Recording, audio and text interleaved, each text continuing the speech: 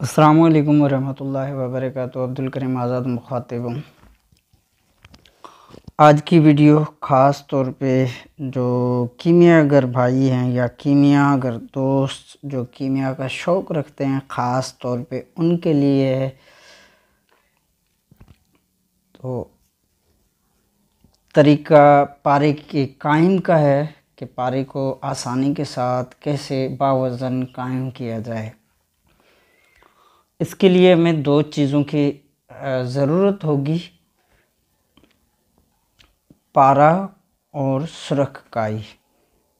जितना आपका पारा होगा इतनी ही सुरख काई आपने लेनी है।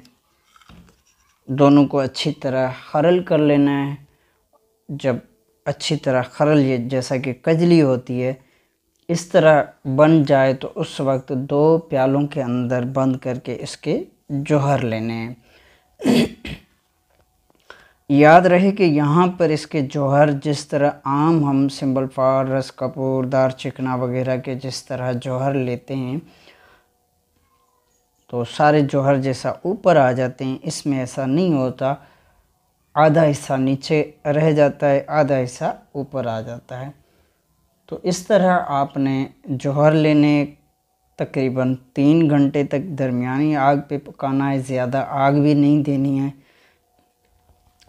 तो इस तरह फिर दोबारा जौहर लेने, दोनों तहनशीन यानी कि जो नीचे होगा वो वाला मवाद और ऊपर वाला दोनों प्यालों का मिक्स करके खरल करना है 5-10 मिनट।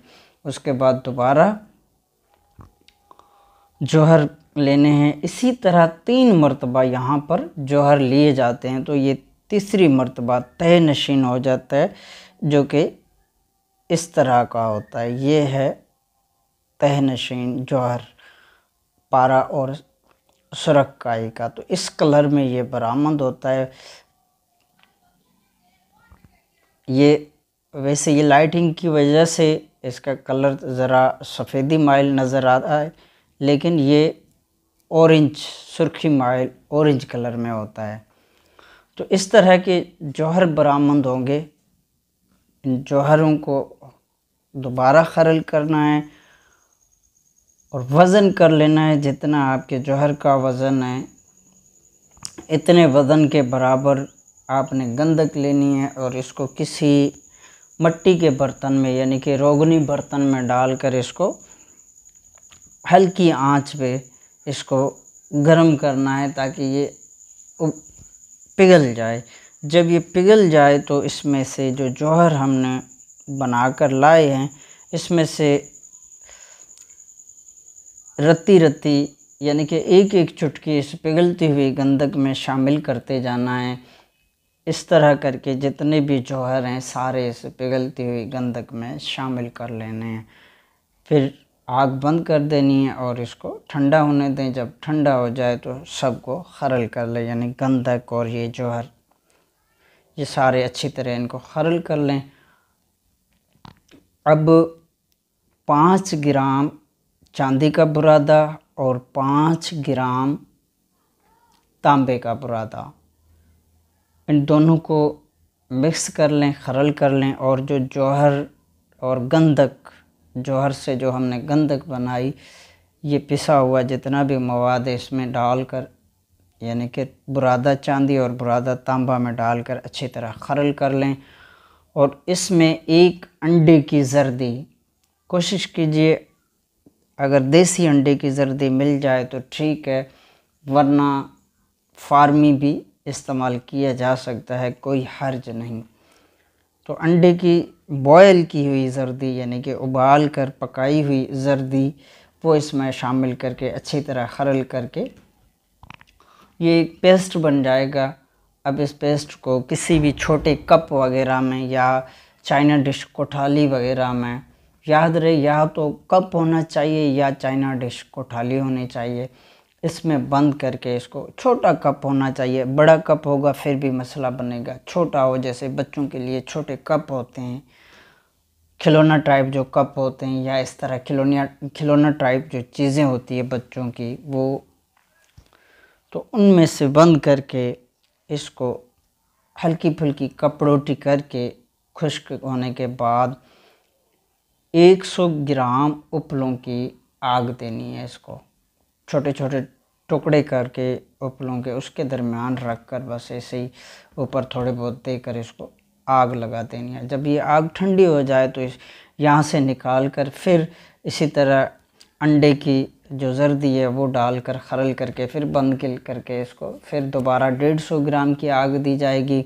इस तरह 200 ग्राम की आग, फिर 250 ग्राम की, फिर 300 ग्राम की, इस तरह 5 से 7 अमल करने हैं। जब 5 से 7 अमल मुकम्मल हो जाएं तो यहाँ पर जितना भी मवाद होगा ये निकाल कर और इसको अच्छी तरह खरल करके अब तांबा पिघलाकर या चांदी पिघलाकर दोनों में से कोई भी एक चीज़ पिघलाई जा सकती है। बेहतर है कि तांबा पिघलाया जाए। तांबा को पिघलाकर और उस पे छोटी छोटी पुड़िया बनाकर इसकी जो ये हम चांदी पारे का जितना भी जो मरकब हम जौहर के, तांबे के, ये चांदी के ये बनाकर आए हैं, इसमें से 1-1 ग्राम की पुड़िया बना लें या फिर 1-1 ग्राम या इससे भी कम मिकदार में पिघलते हुए तांबे के ऊपर या पिघलती हुई चांदी के ऊपर तरह करके सारा ये पिला देना है।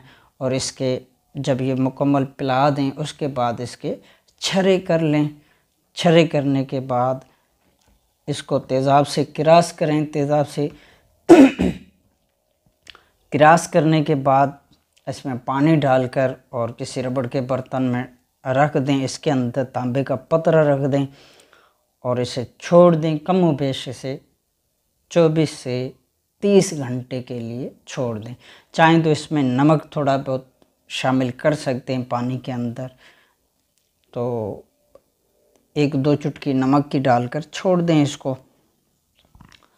कम बेश 24 से 30 घंटे तक लाजमी छोड़ना है। अब यहाँ पे जो इसके अंदर मौजूद चांदी है और इसके अंदर मौजूद जो पारा है वो सारा इस पतरे के ऊपर आ जाएंगे। उसके बाद इसको एहतियात के साथ अलग कर लें।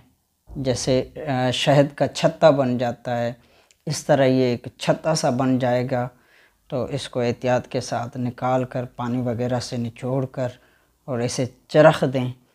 कभी उम्मीद है कि यहाँ पर आपका जो वज़न होगा वो दुगना हो जाएगा। जैसा कि फ़र्ज़ करें इसमें हमने 5 ग्राम चांदी शामिल की है तो ये 10 ग्राम 15 ग्राम तक बरामद होगा।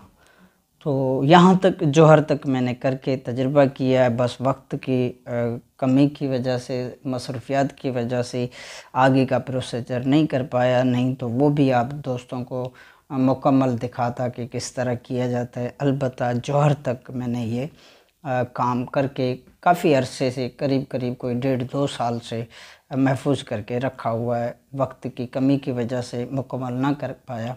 तो ये एक छोटा सा मुख्तसरन सा तजुर्बा था जो आप दोस्तों की नज़र किया।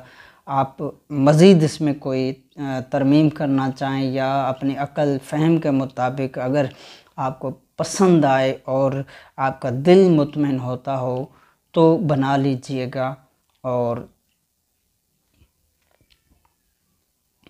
इससे फ़ायदा हासिल कीजिएगा। तो ये एक छोटा सा तजुर्बा था, आपकी खिदमत में पेश कर दिया। आपकी दुआओं का तालिब अब्दुल करीम आज़ाद।